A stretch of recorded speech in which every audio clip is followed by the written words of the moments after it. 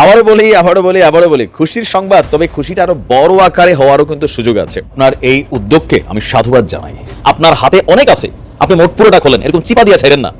আপনার হাতে কিন্তু অনেক ক্ষমতা আছে, আপনি সেই ক্ষমতার ব্যবহার করেন। তারপরও আলহামদুলিল্লাহ মোটটা এরকম বন্ধ ছিল, একটু ছাড়ছেন, দেখেন কত কিছু পরিবর্তন হওয়া শুরু হচ্ছে। এখন জাতীয় পর্যায়ে সরকার ডক্টর মোহাম্মদ ইউনূস অনেক শক্ত হয়ে গিয়েছেন। এবার বুঝতে পেরেছেন ডক্টর মোহাম্মদ ইউনূস বাংলাদেশের ফ্যাক্টর বিএনপি নয়, বাংলাদেশের ফ্যাক্টর এখন জামাত। জামাত যেটাতে রাজি না হবে সেটা করা যাবে না, এবং জামাত যেটা বলবে সেটা করতে হবে। ডাকসু জাকসুর পর ডক্টর ইউনূসের অকল্পনীয় সিদ্ধান্ত ফাইনাল, বিএনপিকে অগ্রাহ্য করেই জনগণের চূড়ান্ত বিজয় হতে যাচ্ছে। কি চূড়ান্ত বিজয়?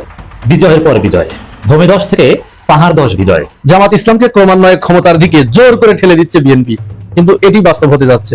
কিভাবে বাস্তব হতে যাচ্ছে এই বিষয়টা একটা বাস্তব উদাহরণের মাধ্যমে আমি আপনাদেরকে আজকে বোঝাবো।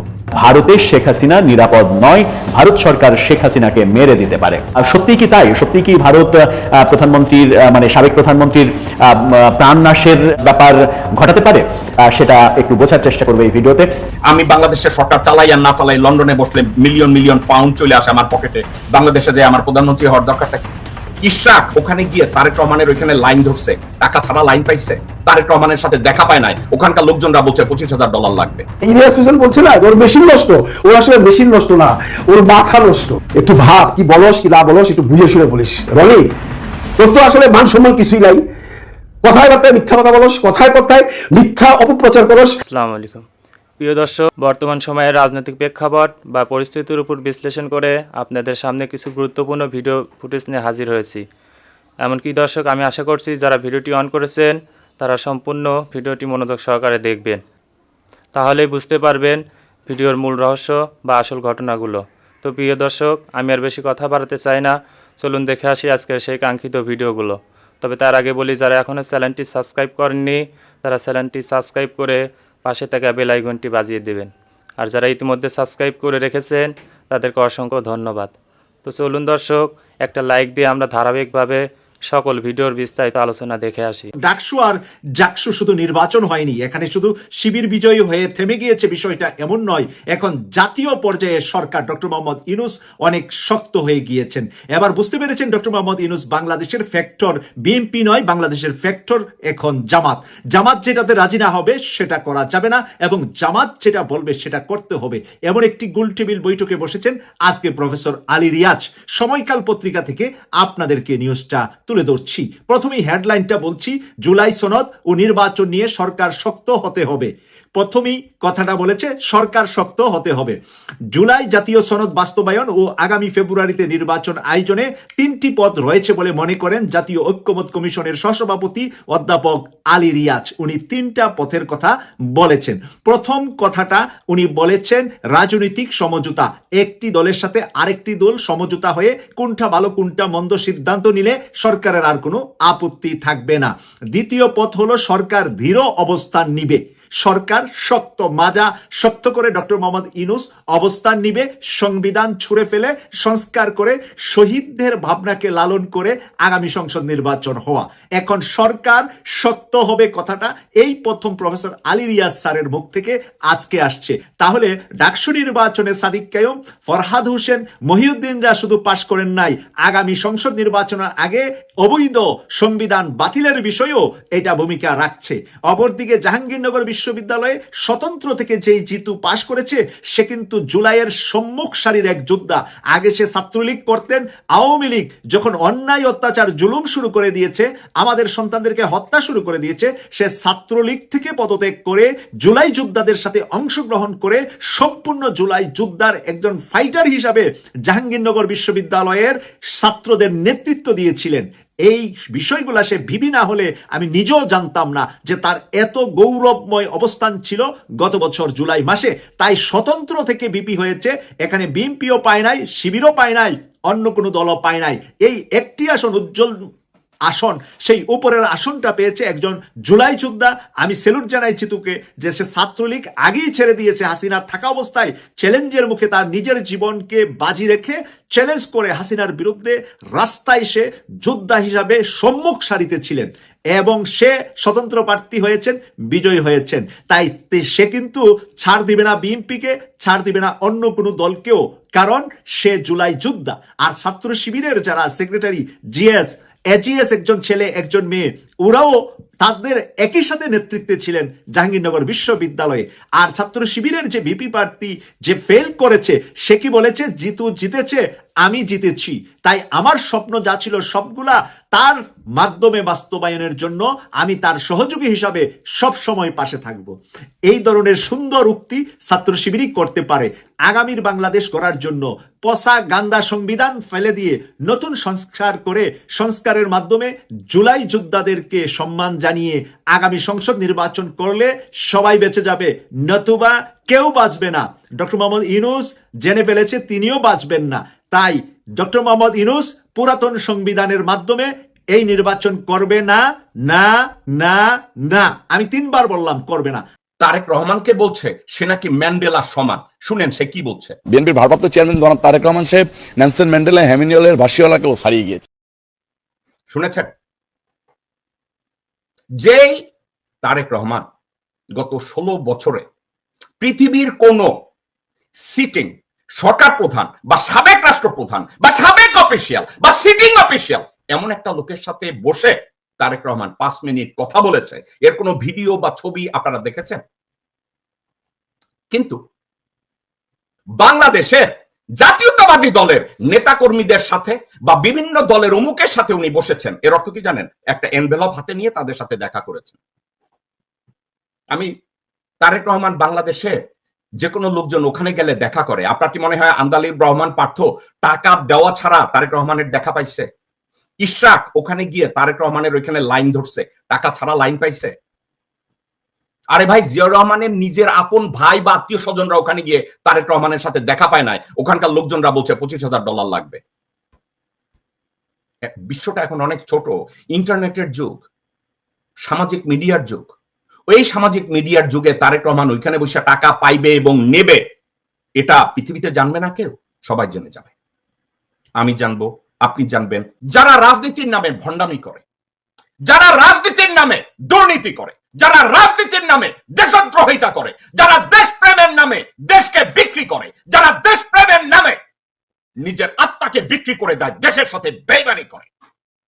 জিয়াউর রহমান বলেছিলেন, I'll make politics difficult for those political leaders. Barkatullah ভুলুর মতো লোক, সায়েদ ইস্কান্দারের মতো লোক বলছে পলিটিক্যাল ডাইনেস্টি তৈরি করতে গেলে ভারতের সাথে মিল্লামিশা থাকতে হইব।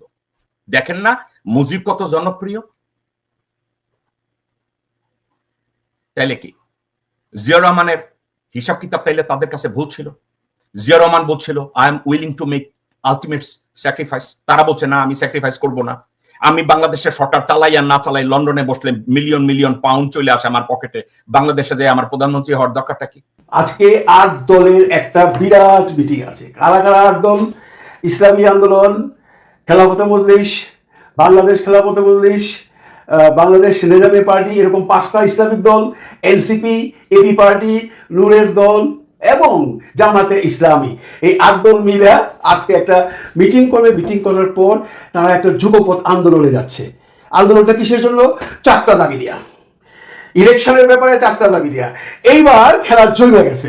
অনেকেই বসে বলতেছেন, অনেক বুদ্ধিজীবীরা বলছেন ইউনূস সাহেব চলে গেছে তারেক রহমানের সাথে মিল মোহব্বত করে তারেক রহমানের দলে চলে গেছে, এর জন্য এই 8 দল এখন খেপছে, এরা এখন ইউনূস সাহেবকে চাপে রাখবে। আমি ভাই এগুলো বিশ্বাস করি, এগুলো সব ইউনূস স্যারের খেলা। ইউনূস স্যারই বলে দেয় এমনি করো, আমি তোমরা এটা করলে আমি ওইটা করবো না। আমার বিশ্বাস ভাই, আমার বিশ্বাস ভুল হইতে পারে, কিন্তু বাংলাদেশে যারা বড় বড় রাজনৈতিক বিশ্লেষক আছেন তারা কিন্তু সবাই বলতেছেন ইউনূস স্যার এখন চাপে পড়ে গেছে। এই দলগুলা এখন ইউনূস স্যারের চাপে ফেলাই দিয়া ইলেকশনের জন্য সবকিছু আদায় করে নিবে। বিএনপির কি হবে? এখানে বিএনপি, ইউনূস সাহেব, এই দল তিনটাকে আপনারা গ্রুপলেট বানায়া ফেলাইন না। আমি একটা কথা পরিষ্কার বুঝি, যতটুকু রাজনীতি শিখছি, যতটুকু রাজনীতি বুঝি, এইগুলো সব ইউনূস সাহেবের নলেজে আছে যে এরা আন্দোলন করবে, এগুলো সব প্ল্যানিং করা। আমার বিশ্বাস ভাই, বেবি আই এম রং। যারা আমার সাথে একমত তারা কমেন্ট করেন, যারা আমার সাথে দ্বিমত তারাও কমেন্ট করেন। আসল ঘটনা হয়েছে এই যে একটা ঐক্যমত কমিশনে বহুদিন যাবৎ এই আপনার এই অরেঞ্জ জুস আর আপনার কাজু বাদাম খাইয়া মিটিং করলো, দুপুরবেলায় লাক্সারি ভাত খাইলো, পোলাও খেলো, বিরিয়ানি খেলো, এই 7-8 মাস কিচ্ছু হইল না, কোনো ঐক্যবদ্ধে আসলো না, কোনো রকম সমাধান হইল না। না জুলাই সনদ দিয়ে কোনো সমাধান হয়েছে, না পিয়ার পদ্ধতি দিয়ে কোনো সমাধান হয়েছে, কোনো রকমের কোনো সমাধানের পথ যখন এই দলগুলা খুঁজা পাইল না, এবং যখন দেখলো বিএনপি খালি নির্বাচনই করতেছে, তাহলে কি জুলাই সনদ পাশ করবে না? জুলাই সনদের বৈধতা দিবে না? দিচ্ছে না তো, বহুদিন যাবত বৈশা আছে এই দলগুলো, এই ছেলেগুলো। আমরা হাজারবার বলছি জুলাই সনদ যদি আপনারা বৈধতা না দেন, তাহলে শুধু এই ছেলেগুলো না, ইউনুস স্যার তো ফাইসা যাবেন। ইউনুস স্যার এটা বুঝে না? ইউনুস স্যার এখন বল মাঠে ছাইড়া দেওয়া, বহুদিন আগেই বলছি উনি খেলা দেখতেছেন, খেলেন, এখন খেলেন। এখন এই যে আজকে মিটিংটা হবে, এটার পর তারা যে আন্দোলনের ঘোষণা দিবে, সেই আন্দোলনকে কে মেটাবে, কে থামাবে? সরকার থামাবে না বিএনপি থামাবে? বিএনপি দেশের মধ্যে যাবে না। বিএনপির প্রধান এবং প্রথম উদ্দেশ্য হলো ইলেকশনে যাওয়া, ইলেকশন যাওয়া নিয়ে আসিলেন। কিন্তু হয়তোবা এখন হয়তোবা I am not sure about it, যে এই যে ধাক্কাগুলো খাইছে ডাকসু এবং জাকসুতে, হয়তোবা তাদের চিন্তা ভাবনা চেঞ্জ করতেছে বা কিছু একটা। অনেকে বলতেছে, সালাউদ্দিন সাহেব নাকি কোথায় বলছে যে বিএনপির এখন আর সেই এই মুহূর্তে নির্বাচনের চিন্তা ভাবনা নাই। আমি কোথাও দেখি নাই, কেউ যদি দেখে থাকেন একটু আমার লেখা জানায়, আমি বহুত খোঁজাখুঁজি করছি, এটা নিয়ে কালকেও একটা ভিডিওতে কথা বলছি। এখন এরা এই যে 8টা দল, বড় বড় দলই বলবো, এরপরে মানুষ বলে আরো নাকি 30টা দল আছে। ভাই এই দলগুলোর পরে বাংলাদেশের কোন দল আছে? বিএনপি ছাড়া কোন বড় দলটা আছে আমার বুঝাইবেন? ওই যে বাম দল, কয়টা ভোট আছে ওদের? নাই।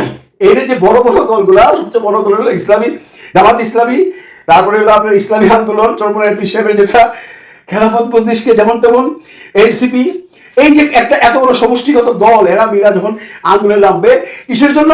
টাকা দেখি। নাম্বার 1, জুলাই সনদের বৈধতা চাই বিফোর ইলেকশন, মানে এটার বৈধতা এখনই দিতে হবে।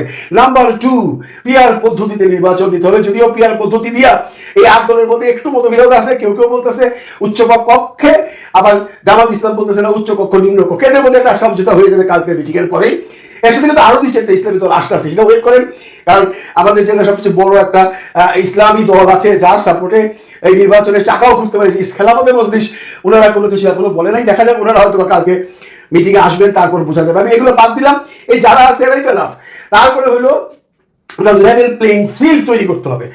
এই লেভেল প্লেইং ফিল্ডটা কিসের জন্য বলা হইতেছে? কারণ আমরা জানি, অনেকেই বলেন যে সরকারে এখন যে প্রশাসন আছে তার মধ্যে বিএনপি বেশি, মানে বিএনপির মনোনীত প্রার্থীরাই বেশি, মানে বিএনপির মনোভাবাপন্ন লোকজনই বেশি। আবার বিএনপি দাবি করে না আমাদের নয় ভাই, এখানে জামাতের প্রশাসনের জামাতের লোকজনই বেশি।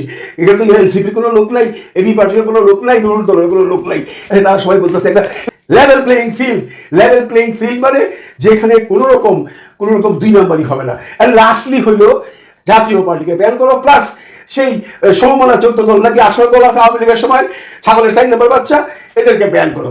এগুলো সরকারকে মানতে হবে। দেখেন, জাতীয় পার্টি ব্যান করার ব্যাপারে আপনার সবাই একমত।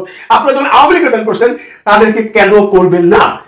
আওয়ামী লীগকে যদি ব্যান করে থাকেন, তাহলে এদেরকে কেন এতদিন করা হলো না? এরা কেন এমন ভাবে ঘুরতেছে? জাতীয় পার্টির লোকজন কি কম সুবিধা আওয়ামী লীগের সময় নিছে? তাদের বিরুদ্ধে মামলা নাই, তাদের অ্যারেস্ট করানো হচ্ছে না। আমরা অ্যারেস্টের ব্যাপারটা সরকারের উপর ছেড়ে দিলাম, আইনের উপর ছেড়ে দিলাম। কিন্তু এই পার্টিটা বা ওই সমবলা 18 দল, যে ইনু, তারপরে আপনার আরো যে কে আছে, ওদের এটা 100% ব্যান করা উচিত। যদিও বিএনপি চায় না জাতীয় পার্টি ব্যান হোক, আর এটার পিছনে অন্য কারণ আছে। অনেকেই ভাবতেছেন বা অনেকেই বলতেছেন যে যদি কোনো কারণে এনসিপি বা ইসলামী সমমনা দলগুলো ইলেকশনে না আসে, তাহলে আমরা জাতীয় পার্টিকে নিয়ে ইলেকশন করে সরকার গঠন করব। কিন্তু না, ইসলামী আন্দোলন, জামাত ইসলাম অলরেডি বলে দিছে নির্বাচনে তো আমরা যাবই না, আমাদের দাবিগুলো না মানলে নির্বাচন করতে বাধা দেবো। কত বড় কথা দেখছেন, বাধা দিবে। এতদিন কিন্তু বাধা দেওয়ার কথা বলে বলছে আমরা নির্বাচন করবো না, তো নির্বাচনে বাধা দিবে। জামাত ইসলামকে ক্রমান্বয়ে ক্ষমতার দিকে জোর করে ঠেলে দিচ্ছে বিএনপি। বিষয়টা হয়তো আপনাদের কাছে বিশ্বাস নাও হতে পারে, কিন্তু এটি বাস্তব হতে যাচ্ছে। কিভাবে বাস্তব হতে যাচ্ছে, এই বিষয়টা একটা বাস্তব উদাহরণের মাধ্যমে আমি আপনাদেরকে আজকে বোঝাবো।